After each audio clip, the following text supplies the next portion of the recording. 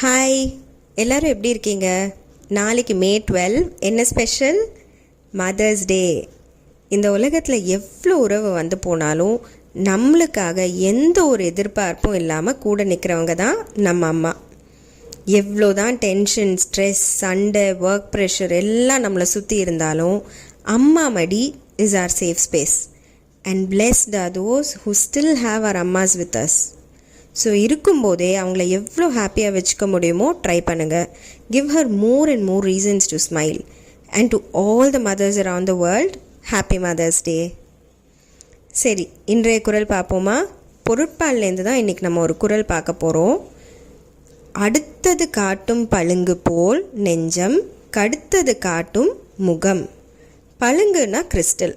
ஒரு கிறிஸ்டல் முன்னாடி ஒரு கிட்ட இருக்கிறது எப்படி ஒரு பளிங்கில் ரிஃப்ளெக்ட் ஆகுமோ, நம்ம மனதில் இருக்கிறது ரிஃப்ளெக்ட் செய்யும் நம் முகம். மோஸ்ட்லி எல்லாரும் மொழி படம் பார்த்துருப்போம்.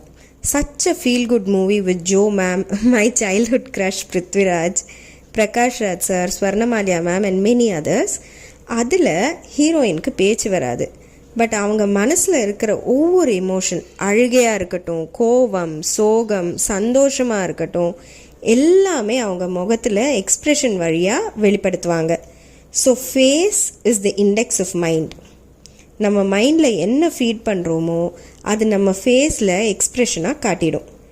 இதே லைன்ஸில் இன்னொரு ஸ்டேட்மெண்ட் சொல்லுவாங்க, அகத்தின் அழகு முகத்தில் தெரியும். நம்ம நல்ல எண்ணங்களோட யாருக்கும் தீங்கு நினைக்காமல் இருந்தால் அந்த அழகே நம்ம ஃபேஸில் க்ளோ ஆகும். ஸோ நல்லதே நினைப்போம், நல்லதே பேசுவோம். இன்றைய குரல், அடுத்தது காட்டும் பளிங்கு போல் நெஞ்சம், கடுத்தது காட்டும் முகம். இன்னொரு குரலோடு உங்களை நான் மீட் பண்ணுறேன். Until then, Tata.